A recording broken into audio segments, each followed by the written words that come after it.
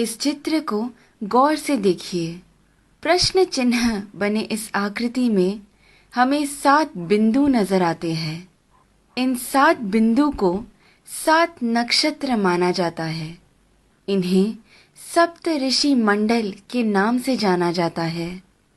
ये सप्त नक्षत्र सप्त ऋषियों को दर्शाते हैं। इस प्रश्न चिन्ह के अंतिम भाग से शुरुआत करते हैं। यहाँ से पहले बिंदु को मरीचि ऋषि के नाम से जानते हैं। उसके बाद में जो बिंदु है वो कहलाते हैं ऋषि वशिष्ठा। ऋषि वशिष्ठा की बाईं ओर आपको एक छोटा बिंदु नजर आएगा। ये बिंदु ही है अरुंधति। ऋषि वशिष्ठा के बाद आते हैं ऋषि अंगीरसा।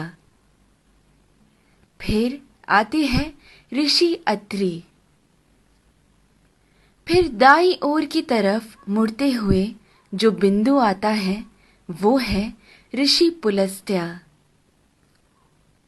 उसके बाद आते हैं ऋषि पुलह और फिर ऋषि क्रतु।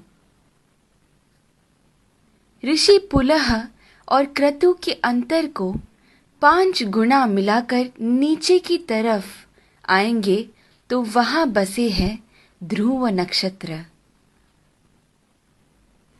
सदा उत्तर में रहने की वजह से उसे ध्रुव नक्षत्र कहा जाता है। इंग्लिश में हम इसे नॉर्थ स्टार के नाम से जानते हैं। बाल्यावस्था के ध्रुव नक्षत्र अगर उत्तर में बसे हैं तो वृद्धावस्था के अगस्त्य नक्षत्र दक्षिण में बसे हैं। अगस्त्य और ध्रुव नक्षत्र हमेशा उसी स्थान पर ही पाए जाते हैं। इन दोनों के बीच में मौजूद आकाश गंगा सतत घूमती रहती है। इस कारण से हमारी धरती अक्ष के ऊपर घूमकर घूमती रहती है।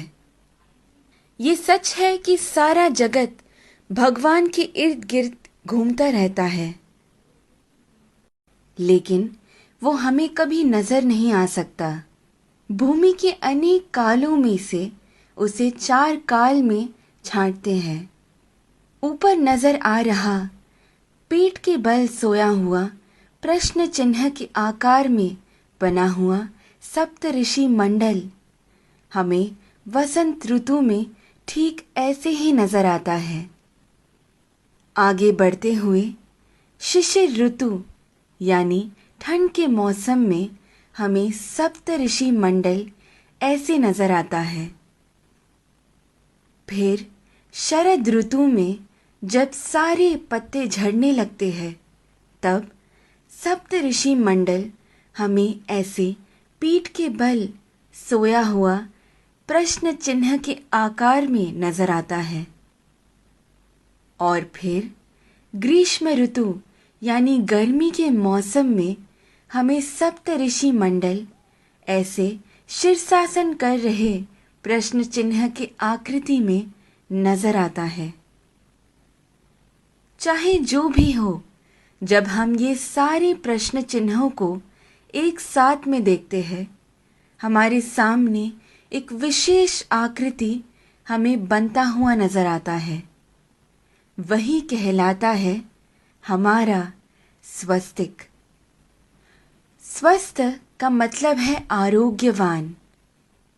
स्वस्तिक का महत्व मेरे पिता मुझे हमेशा से बताते आए हैं, लेकिन हर क्षण प्रयोग में ला रहे इस स्वस्तिक का जन्म कहाँ से हुआ ये आज मेरे पिता द्वारा जाना, जो आप सभी में मैंने बांटना चाहा। ध्रुव नक्षत्र को देखते हुए हमें ये मालूम होता है कि हम पूरी जिंदगी जिस दिशा की ओर बहते जा रहे हैं वही है उत्तर दिशा। इसीलिए शायद हमारी भूमि पर भी दक्षिण में अधिक जल है और उत्तर की ओर अधिक जमीन है। इस विषय को इतनी सुंदरता से वीडियो के रूप में बनाकर आप सभी को समझाने का श्रेय जाता है मुक्ता जी को।